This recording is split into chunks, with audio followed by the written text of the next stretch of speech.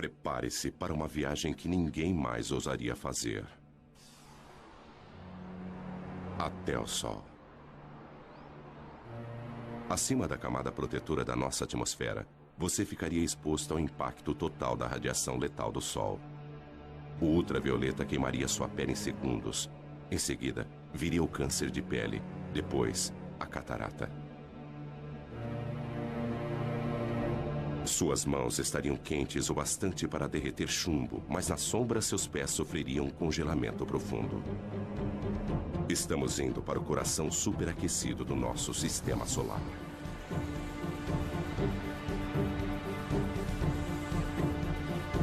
Aqui, forças invisíveis dão origem a arcos de fogo tão grandes que engoliriam a Terra.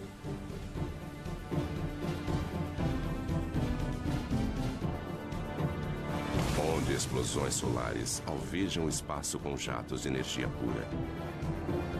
Se o nosso planeta Terra estivesse próximo de uma destas, seria vaporizado em segundos. Hastes de hidrogênio quente.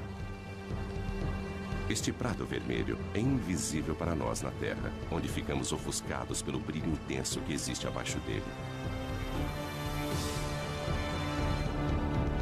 Aqui, jatos de calor sobem e descem, cada um com o tamanho do Texas e com 1.600 quilômetros de profundidade.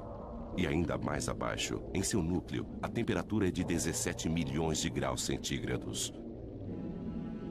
Mas o planeta Terra está à distância certa desse inferno.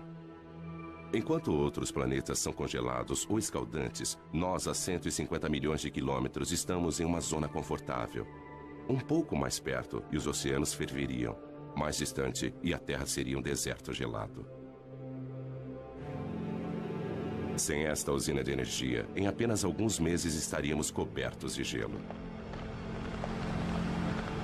Nós devemos nossas vidas a esta fúria do Sol.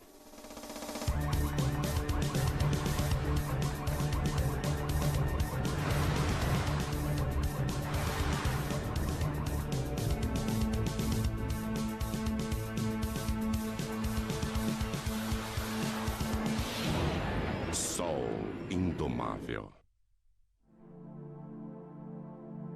O Sol sustenta a vida na Terra. Seu calor dirige nosso clima, evaporando a água dos oceanos e movimentando-a através dos continentes.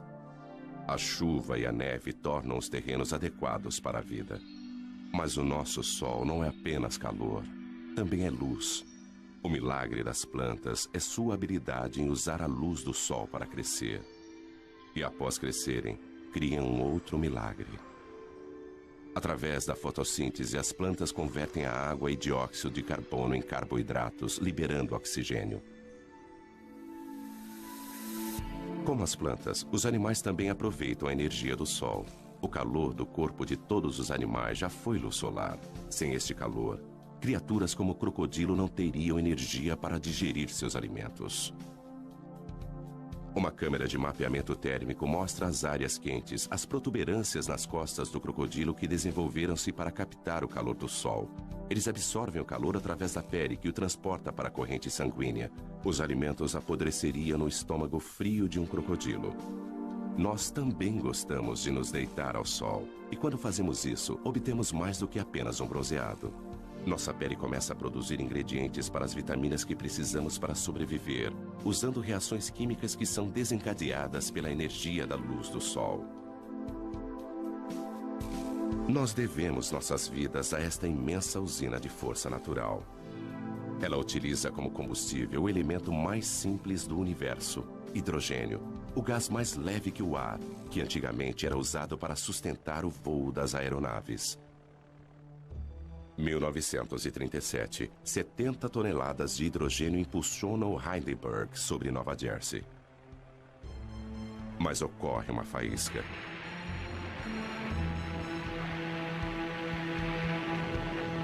O gás se incendeia numa reação química.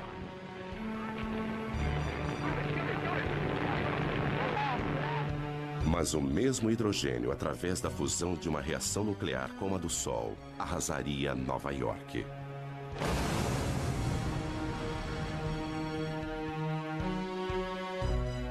Por isso, o Sol é melhor observado a uma distância segura.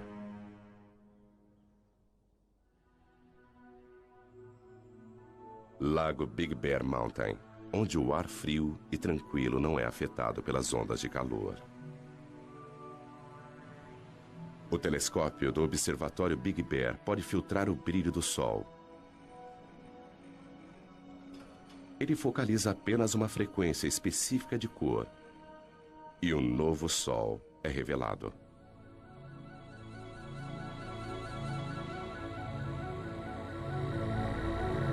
Deixando de ser um disco ofuscante e observando a luz emitida pelo hidrogênio quente, as características do Sol aparecem subitamente. Estas características refletem as variações do Sol, variações que, por sua vez, afetam a nossa Terra. As manchas pequenas e arredondadas são as áreas mais frias, manchas solares que localizam-se em uma superfície abrasadora. Labaredas, fissuras que se abrem, brilhando com mais calor à luz do hidrogênio.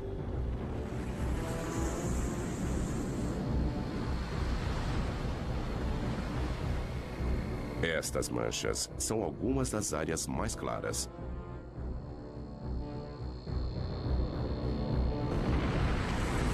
Imensos filamentos, arcos de gás erguendo-se acima da superfície.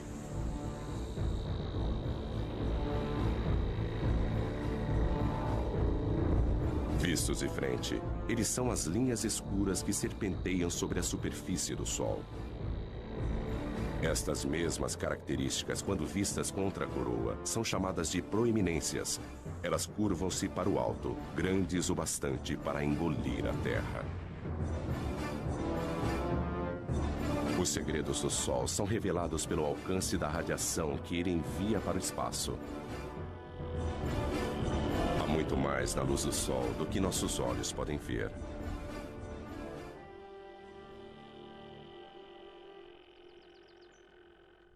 Graças à internet, ninguém precisa visitar um observatório para estudar o Sol. O professor e escritor Ken Lang trabalha na própria casa em Boston.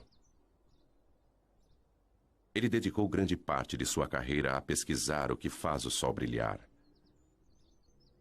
O segredo está na capacidade do Sol de comprimir os átomos de hidrogênio com tamanha potência que eles se fundem, transformando-se em hélio. O Sol brilha por fusão nuclear. A fusão de 4 átomos de hidrogênio e 1 de hélio. Primeiro um átomo de hidrogênio funde-se a outro, depois mais um e um quarto. Mas o hélio pesa menos do que 4 átomos de hidrogênio que o formaram. Então a massa é menor do que a que você utilizou. Esta diferença na massa é a energia que alimenta o Sol. Alguns quilos de matéria transformam-se em energia em uma bomba H. Mas a cada segundo, o Sol libera a mesma energia de 1 milhão de bombas H. Apesar disso, existe uma força que impede que ele se fragmente. A gravidade. Ela é forte o bastante para manter o monstro nuclear sob controle. A gravidade comprime o Sol, fazendo com que ele se aqueça por dentro. As partículas movimentam-se mais rapidamente, a fusão nuclear ocorre a uma taxa mais veloz. Isso gera uma pressão de dentro para fora que faz com que o Sol se expanda e resfrie-se novamente.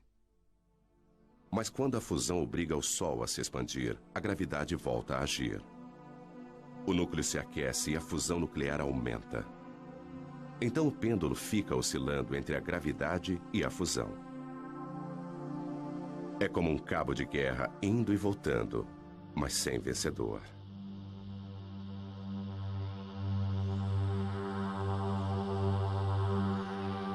Tudo começou há 5 bilhões de anos, quando a gravidade agrupou uma nuvem de poeira cósmica. No núcleo, tornando-se mais denso e mais quente, o gás e a poeira fundiram-se. Cometas disparavam na direção do Sol recém-nascido. Hoje, o telescópio espacial Hubble observa o mesmo processo acontecendo em todo o céu.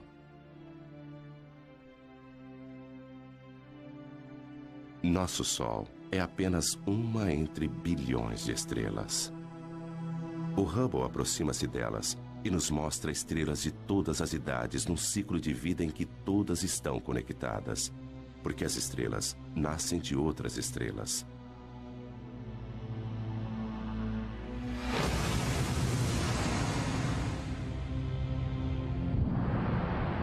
Uma enorme estrela explode e enche o espaço com seus fragmentos. Os vestígios de sua morte unem-se aos destroços de inúmeras outras explosões. Estes resíduos vão se transformar nas sementes de novas estrelas. A nebulosa da Águia, o caldeirão da criação. Nuvens imensas de estrelas mortas há muito tempo. No seu interior, estrelas, planetas, talvez até mesmo vida, tudo isso esperando pela iminência do nascimento. Mas no gás e na poeira que formam a nebulosa de Orion, a gravidade já reuniu os destroços e deflagrou o fogo celeste. Novas estrelas com bilhões de anos para brilhar. Da história estelar universal, agora voltamos ao nosso Sol. O que se vê no Sol depende de como ele é observado. Além das cores visíveis, existem os raios-x invisíveis, raios ultravioleta, raios infravermelhos e ondas de rádio. As partes mais interessantes do Sol estão em comprimentos de ondas visíveis. Elas fornecem uma nova perspectiva. Da mesma forma que a sintonia de uma TV, cada novo comprimento de onda fornece uma nova imagem, uma vez que a maior parte desta radiação invisível é absorvida pela atmosfera. Nós lançamos satélites. 5, 4, 3, 2... Cabo Canaveral, dezembro, 1995. Espaçonave Atlas. O satélite Sorro paira no espaço em um ponto especial, a 1.600.000 quilômetros, onde a força gravitacional da Terra é tão forte quanto a do Sol.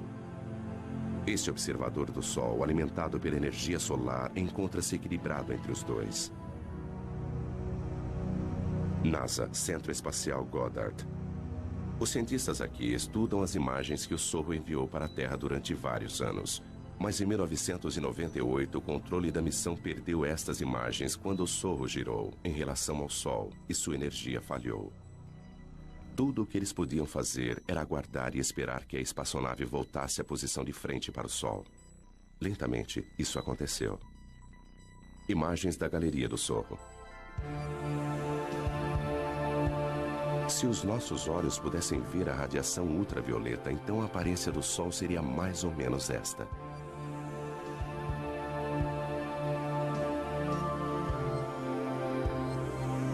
A visão de raio-x mostra manchas brilhantes e quentes. Observando a luz do hélio, uma coroa turbulenta é revelada. Aqui, os gases são movimentados por uma força invisível. Magnetismo é ele que dá forma ao Sol. Os padrões que nós observamos no Sol são os mesmos das linhas dos campos magnéticos em torno de um ímã na Terra. O magnetismo molda, dá forma e comprime tudo o que nós vemos no Sol. Ele energiza explosões potentes. Ele aquece a coroa solar. O magnetismo invisível governa o Sol. O Sol é tão quente que seus átomos de hidrogênio são desmembrados. O que sobra é o plasma, partículas escaldantes e eletricamente carregadas. E onde houver magnetismo, o plasma vai agitar-se. Aqui, nada fica estático. Este roda-moinho incontrolável é um furacão solar com 1.600 quilômetros de largura. E abaixo da superfície brilhante e visível, a convecção ergue gigantescas labaredas de plasma da fornalha sob pressão, mais abaixo.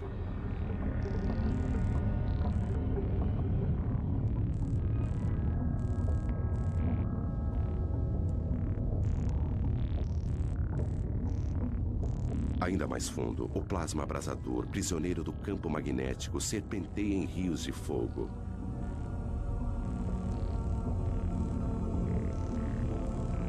O Sol está em constante movimento. Os mapas mostram que o plasma movimenta-se em velocidades diferentes nas diversas camadas. O vermelho é mais rápido, o azul é mais lento. As partículas elétricas giram em redemoinho dentro do Sol.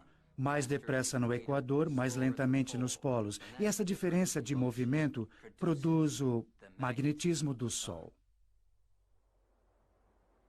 Isso pode ser estudado com o telescópio McMath.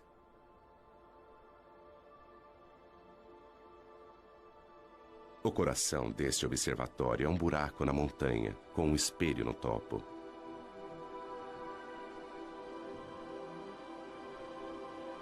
Don Jennings veio aqui para estudar o magnetismo do Sol.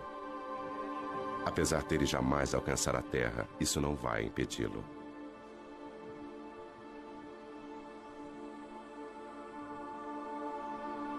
O tubo em que este telescópio foi construído precisa manter uma temperatura muito constante. E, então, construindo dentro da montanha é como tê-lo dentro de uma caverna. O ar dentro do tubo não é tão turbulento e fornece uma imagem muito mais nítida. Ele tem um espelho no alto que capta os raios de sol e os envia a 90 metros de profundidade pela lateral da montanha até outro espelho que recebe o raio e o focaliza, formando uma imagem exatamente onde nós temos nossos instrumentos preparados.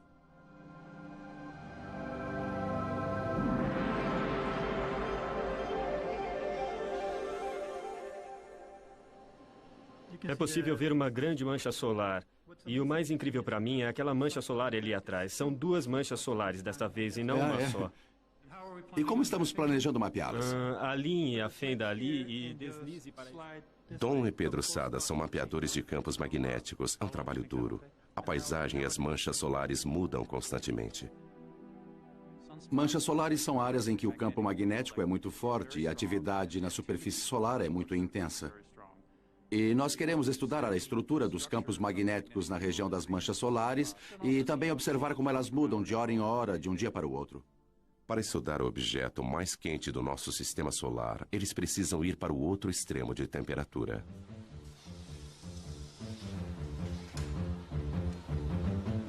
Nós precisamos encher nossos instrumentos com hélio líquido e nitrogênio líquido porque há um sensor dentro deles que precisa ser mantido a apenas alguns graus acima do zero absoluto a fim de operar corretamente. O que se vê aqui é um pouco do hélio saindo e formando vapor d'água no ar. Mas não se trata só de fumaça e espelhos. Há muita ciência séria acontecendo por aqui.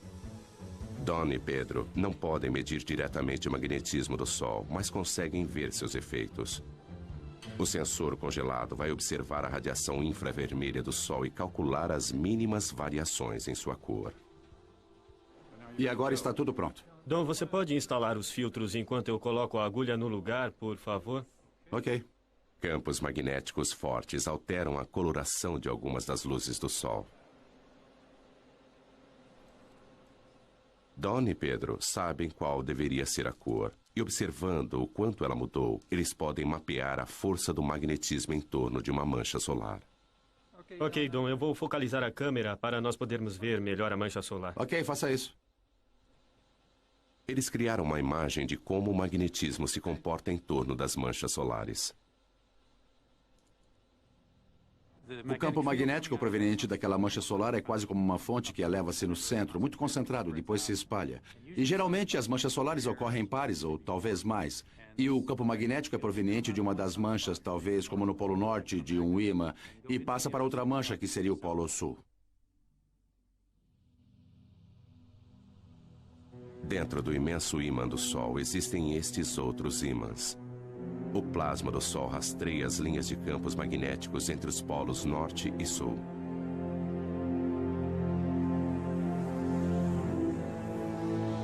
Quando o Sol fica mais ativo, o magnetismo é mais complexo. Então, a superfície é transformada em um tapete de agitação magnética. É isso que acarreta o surgimento de mais manchas solares. As manchas solares parecem escuras porque são mais frias do que o resto do Sol. As manchas formam-se onde o magnetismo é mais forte. O campo de força invisível desvia o calor em ascensão daquelas partes da superfície, tornando-as mais frias.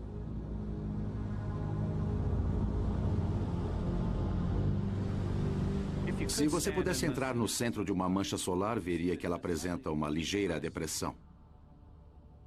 Tem mais ou menos o formato de um prato.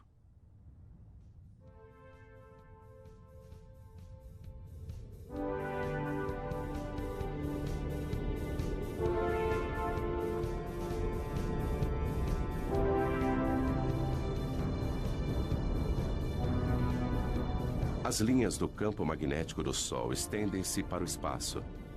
Às vezes, elas são delineadas por seus gases aquecidos e formam enormes arcos.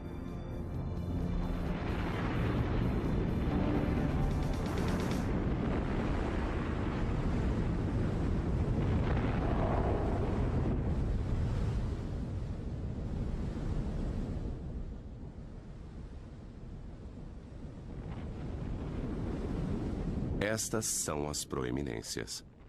As linhas magnéticas agem como tramas invisíveis, atraindo o plasma para fora.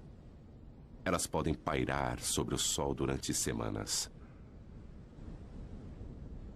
Se você pudesse se aproximar de uma proeminência, veria milhares de quilômetros, talvez um arco grande assim, com materiais flutuando ao longo do campo magnético. Não se vê o campo magnético, só se vê o material brilhante. Arcos de gás que poderiam ir da Terra até a Lua. As linhas de campos magnéticos, quando formam uma proeminência, seguem um padrão de forma igual ao que vemos em torno de um ímã, e é o mesmo padrão. Frequentemente, elas começam como pequenos arcos e depois aumentam. E durante um período de tempo, elas podem se desconectar, e o material então passa a flutuar no espaço.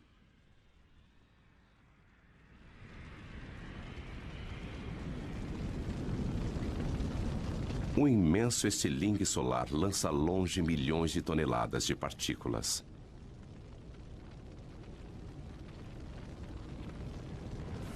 Pode até parecer lento, mas este plasma está a uma velocidade tamanha que poderia cruzar os Estados Unidos em menos de 1 minuto. Indicadores solares para 28 de outubro seguem. Fluxo solar 108 em Boulder A, indicador 10. Repetindo, fluxo solar 108. Boulder, Colorado. Este é o Centro Nacional Atmosférico e Espacial. No Centro de Operações Atmosféricas do NOAA, nós monitoramos 24 horas por dia e 7 dias por semana. O indicador Boulder K0 100 horas UT em 29 de outubro era 3. Repito, Hoje, 3. Courtney Williamson é o meteorologista do centro. Outras pessoas pesquisam e mapeiam as atividades do Sol. Uma das nossas preocupações é a atividade explosiva do Sol. A atividade solar vai estar baixa. Estas áreas mais claras são áreas de campos magnéticos muito fortes. E às vezes estes campos magnéticos tornam-se muito carregados. Quando isso acontece, eles precisam liberar energia e fazem isso na forma de uma explosão solar. 8 minutos após uma explosão, a Terra é bombardeada por raios-x e ultravioleta que causam pane nas telecomunicações. 1984, toda a comunicação entre o avião presidencial e o controle de terra foi interrompida. Quando o presidente e a senhora Reagan desembarcaram na China, o comandante em chefe do exército norte-americano já estava sem contato há várias horas. Não havia nada que ninguém pudesse fazer a respeito. Até as comunicações por satélites foram afetadas. Em uma tempestade solar, raios de energia incineram a parte mais alta da atmosfera da Terra. O ar rarefeito se expande, trazendo para baixo satélites que normalmente estariam orbitando mais acima. Mas as explosões não são o único resultado. As proeminências podem parecer com arcos brilhantes na coroa do Sol. Mas quando vistas de frente, elas aparecem como faixas escuras e finas. E recebe um nome diferente: filamentos. As faixas escuras são os filamentos. Eles localizam-se na parte mais alta da atmosfera solar e às vezes são lançados pelo Sol. Quando isso acontece, eles seguem um vento solar e propagam-se na direção da Terra. O vento solar é um jato de partículas carregadas emitidas pelo Sol.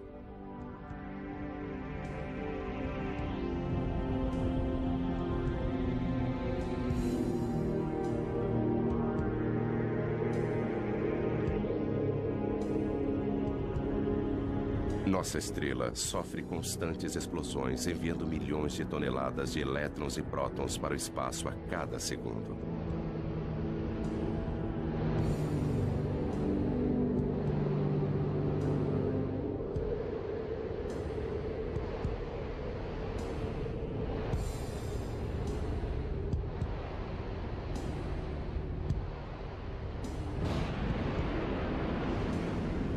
Nossa primeira pista para a existência desse evento surgiu há algumas décadas, com os cometas. 1986, cometa Halley. Atingidos pelo calor do Sol, seu gelo e poeira cósmica evaporam. 10 anos depois, o cometa Hale-Bopp, visto com duas caudas. Uma delas, um rastro amarelado de poeira e detritos que cobrem a trajetória do cometa. A outra cauda é de um azul elétrico. É gás brilhante, são partículas carregadas e, como uma biruta, movimenta-se na direção daquele vento solar. Esta cauda sempre aponta para a direção contrária ao Sol. Mas existem maneiras melhores do que cometas para ver o vento solar no espaço. Os satélites alimentam os monitores no Centro Nacional Atmosférico e Espacial. Estas são a densidade, a velocidade e o campo magnético do vento solar. Elas mostram a Joe Conchis exatamente como o vento solar está soprando. No momento, a velocidade está em torno de 1.600.000 km por hora. Se fosse o dobro disso, nós teríamos uma condição que sabemos estar relacionada a atividades intensas de tempestades geomagnéticas na Terra. O Sorro pode vislumbrar a tempestade no horizonte. Como um disco no centro para filtrar o brilho do Sol, ele vê as partículas que estão sendo emitidas pelo Sol.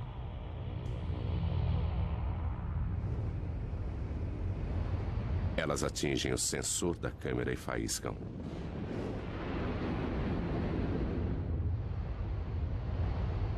Várias explosões de partículas vão bombardear o campo magnético da Terra.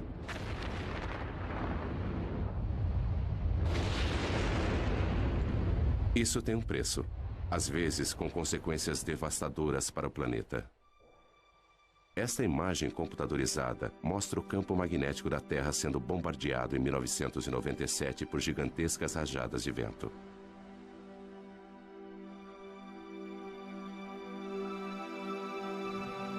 O campo magnético normalmente calmo, mostrado aqui em cinza, sacode violentamente conforme as ondas de partículas o atingem. Tempestades como estas podem derrubar nossas centrais de energia elétrica. As mudanças bruscas no campo magnético agem como um dínamo, gerando eletricidade nos cabos de alta tensão. Os circuitos falham ou queimam. Quebec, 1989. Esta manhã, 6 milhões de pessoas em toda Quebec acordaram na escuridão. Os funcionários da Hydro-Québec acham que o blackout foi causado pelo Sol. Escuridão em Montreal. Mas luzes para o resto da América do Norte.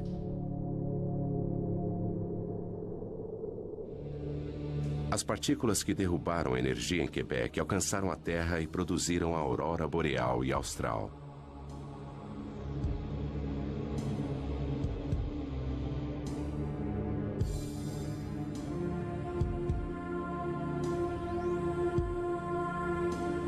Elétrons em alta velocidade jorram pelas linhas de campos magnéticos da Terra. Como a eletricidade que faz brilhar uma lâmpada de neon, eles colidem com o oxigênio da nossa atmosfera. E brilham.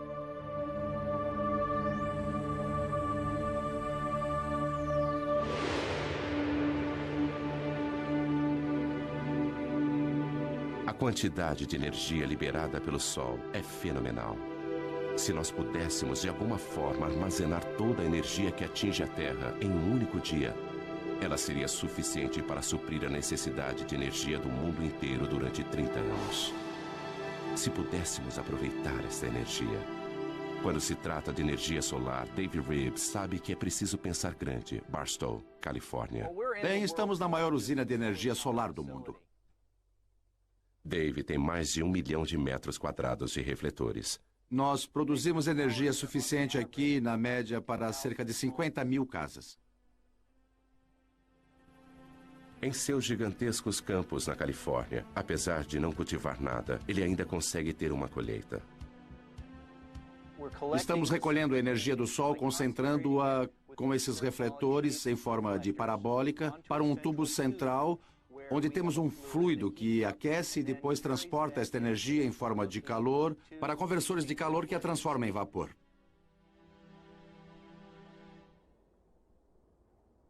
O fluido dentro do tubo é óleo, aquecido pelo calor do Sol.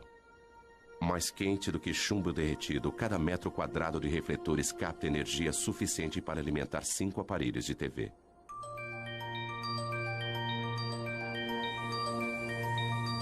Da luz do Sol, as luzes elétricas. Apesar de ter programado 500 mil de refletores para seguirem a trajetória do Sol no céu, alguns raios solares ainda escapam de Dave. Nós contamos cerca de 30 dias nublados por ano, além de dias que são parcialmente nublados. Mas isso ainda nos deixa uma grande maioria de dias claros e ensolarados.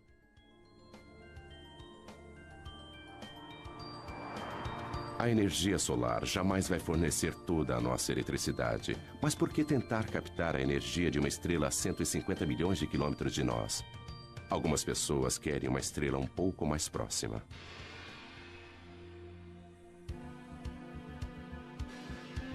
General Atomics, San Diego. Bem-vindos à fábrica de estrelas. É aqui que eles se atrevem a fundir átomos.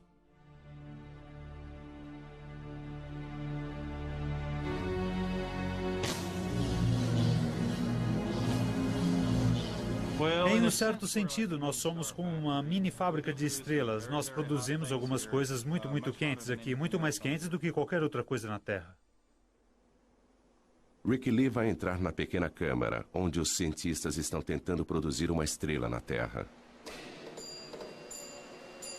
Ele veste roupas protetoras para manter a asepsia. Um contágio a 200 milhões de graus de temperatura causaria danos inimagináveis. Esta fábrica de sóis é a última tentativa de um sonho de 50 anos, uma fusão nuclear controlada. É um monstro da engenharia. Tudo isso para tentar reproduzir o que o Sol faz todos os segundos e todos os dias. Apesar de ser um cientista, para embarcar nesse projeto, Rick precisou aperfeiçoar-se em uma arte. Bom, é meio apertado aqui. É como dar à luz. Mas se eu ficar de lado e for avançando por aqui... Espera. Girando um pouquinho... Colocando os pés aqui em cima e andando pela parede, não é assim tão difícil. O Sol comprime os átomos juntos com a gravidade. Rick utiliza uma outra força.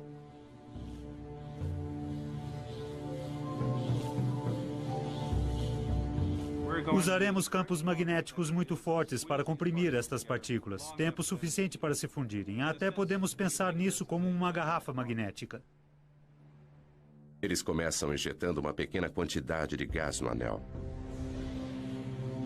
Eles usam eletricidade para separar seus elétrons e transformá-los em plasma carregado eletricamente. Então ele pode ser movimentado através do magnetismo. Vai encher quase até aqui. E depois nós vamos ligar os eletroímãs lá fora que vão produzir campos magnéticos para comprimir o plasma quente até esse tamanho, onde a parte mais quente, a parte mais densa, ficará assim do tamanho da minha cabeça. Mas apreender o plasma com magnetismo já foi comparado a segurar gelatina com elásticos. Atualmente, eles só conseguem manter a fusão por alguns segundos. É incrivelmente sedutor criar um Sol na Terra, porque o combustível, hidrogênio pesado, é barato. É uma variedade de hidrogênio que ocorre naturalmente na água do mar. Controlando a fusão, esta seria uma fonte barata de energia para as gerações futuras. Eclipse no Caribe. Uma coincidência cósmica. A Lua está com o tamanho e a distância perfeitas para encobrir o disco brilhante do Sol. Somente quando o Sol estiver completamente eclipsado é que será seguro retirar esses óculos especiais. Então, será possível observar a camada externa e secreta do Sol, a coroa. A Apesar de estar 3/4 encoberto, ainda é dia claro.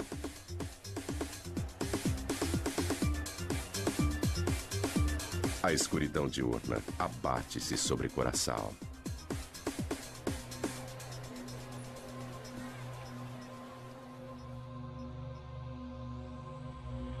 A lua devora as últimas porções do sol. Falta pouco.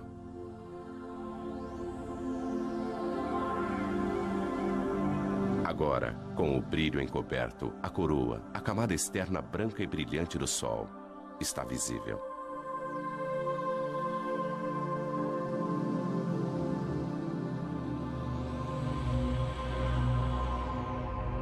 Surgindo acima do Sol, um pontinho de luz. E mais um a sudoeste. São Júpiter e Vênus.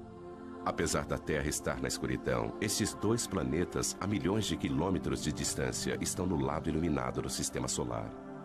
Mais abaixo, às 2 da tarde, está escuro como a noite.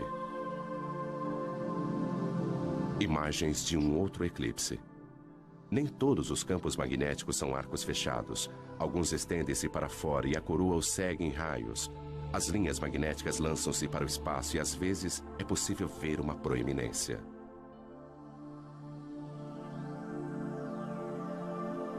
Do lado direito, uma coluna de gás aparece além da borda da Lua. Uma espiral rosada vista a olho nu apenas durante o eclipse.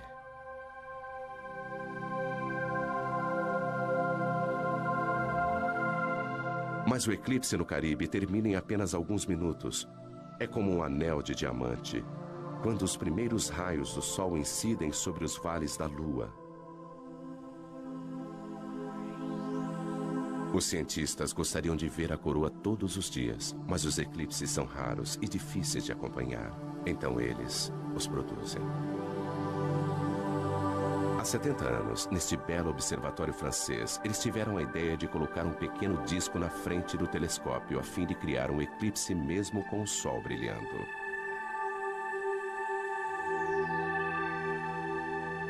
Eles observam o que acontece em torno da coroa do Sol. Durante 2 semanas, as proeminências aparecem e somem, e a expulsão de partículas enche a coroa e aumenta o vento solar. Isso dá ao Sol um halo avermelhado. Fora da nossa atmosfera, o satélite Sorro consegue uma imagem ainda mais clara. Combinando isso com uma imagem do Sol, nós podemos ver como a atividade na superfície lança partículas na coroa.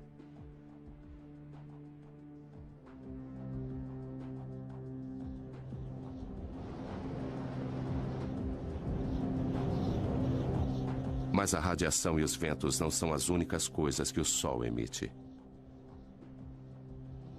Partículas minúsculas, os neutrinos, jorram do cerne nuclear.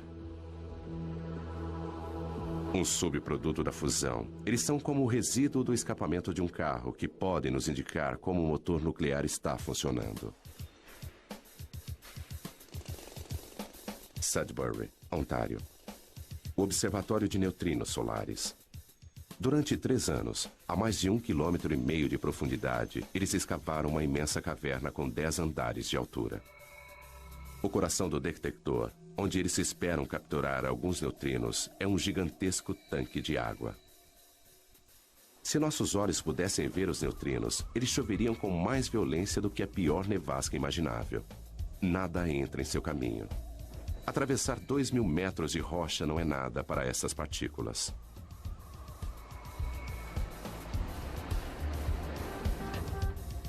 Esta experiência requer o equivalente a 300 milhões de dólares em água pesada. Eles não podem comprá-la, então pediram emprestado.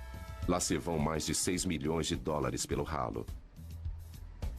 Eles usam a água pesada porque ela produz um pequeno flash quando é atingida por um neutrino.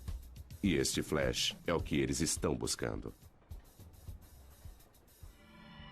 Fusões nucleares diferentes produzem tipos diferentes de neutrinos. O tipo de neutrino e sua quantidade são fortes indicadores do tipo de reação que está acontecendo. Nenhum outro experimento pode nos contar tanto a respeito do núcleo do Sol. Existem cerca de 100 bilhões de neutrinos passando através da ponta do meu dedo a cada segundo. Mesmo assim, com 1.000 toneladas de água pesada, o melhor meio para detectar neutrinos no nosso detector só acontece uma vez por hora, de um neutrino produzir um flash de luz que nós podemos observar. Descendo, no nosso caso, a uma profundidade de 2.000 metros, nós temos um grande paredão de rocha para evitar que os raios cósmicos atinjam o nosso detector. Assim, se colocássemos o detector na superfície da Terra, ele brilharia como a aurora boreal.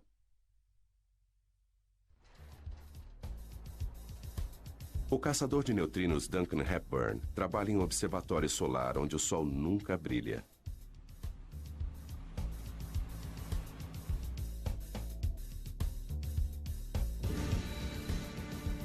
Mas além de desvendar os segredos do núcleo do Sol, este experimento também vai nos contar a respeito dos próprios neutrinos. Com este conhecimento, estaremos no caminho para saber o destino final do cosmos. O observatório de neutrinos precisa ser um lugar extremamente limpo. Tudo no mundo é radioativo, em certo grau, em níveis baixos. E a nossa defesa é manter o lugar extremamente limpo para que não caia nenhuma poeira no detector.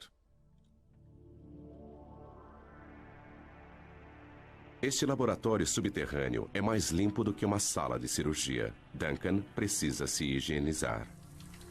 Todo mundo que entra toma um banho.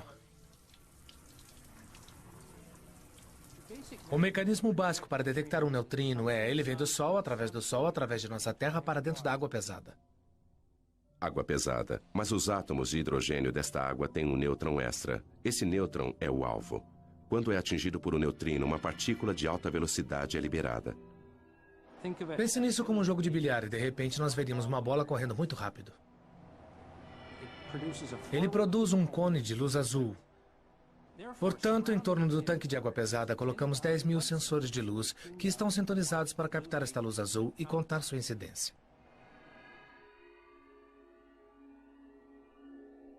Este cone de luz indica a direção de onde veio o neutrino. Este é um sinal muito valioso, porque nós sempre podemos comparar com o lugar onde achamos que o Sol se encontra no céu naquele momento. Além de desvendar os segredos do Sol, o projeto Sudbury conseguiu nos ensinar muito, muito mais. A questão mais fundamental da ciência pode ser respondida aqui. Os flashes na água podem revelar quanto os neutrinos pesam. Sabendo disso, podemos prever o futuro do universo.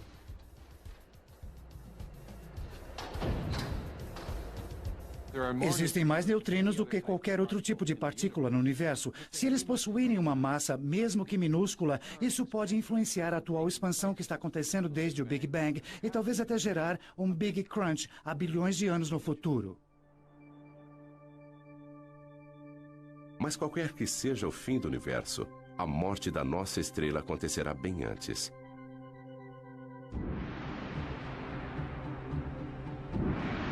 Em 3 bilhões de anos, qualquer vida terrestre estará condenada ao crematório. O Sol perderá seu equilíbrio e o pêndulo vai se alternar entre a fusão e a gravidade. O hidrogênio remanescente vai aflorar e explodir para fora, enquanto o núcleo de hélio vai brilhar muito mais do que o hidrogênio jamais brilhou.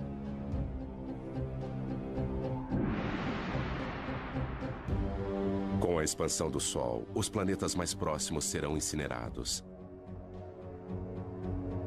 As calotas de gelo de Marte derreterão.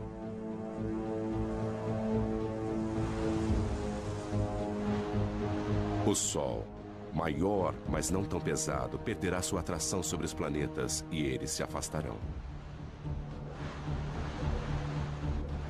Rajadas de ventos escaldantes atingirão os planetas mais afastados. Saturno será desmembrado até o núcleo e seus anéis de gelo vão derreter e ser vaporizados.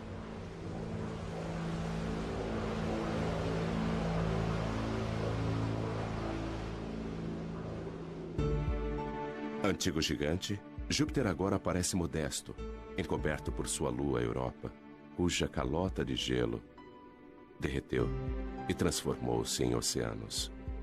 O sistema solar está irreconhecível.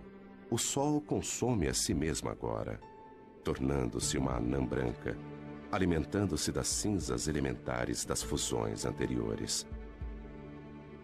Em sua fase final, ele lança imensos jatos de poeira cósmica e os resíduos de sua morte alcançam muito além de seus antigos planetas. A ampulheta esgotou-se para o sistema solar. O Sol, que nutria e proporcionava vida para seus filhos, agora os devora. E ele lança suas cinzas ao vento cósmico para que sejam reunidas em nuvens e depois formar novas estrelas, novos planetas e talvez nova vida.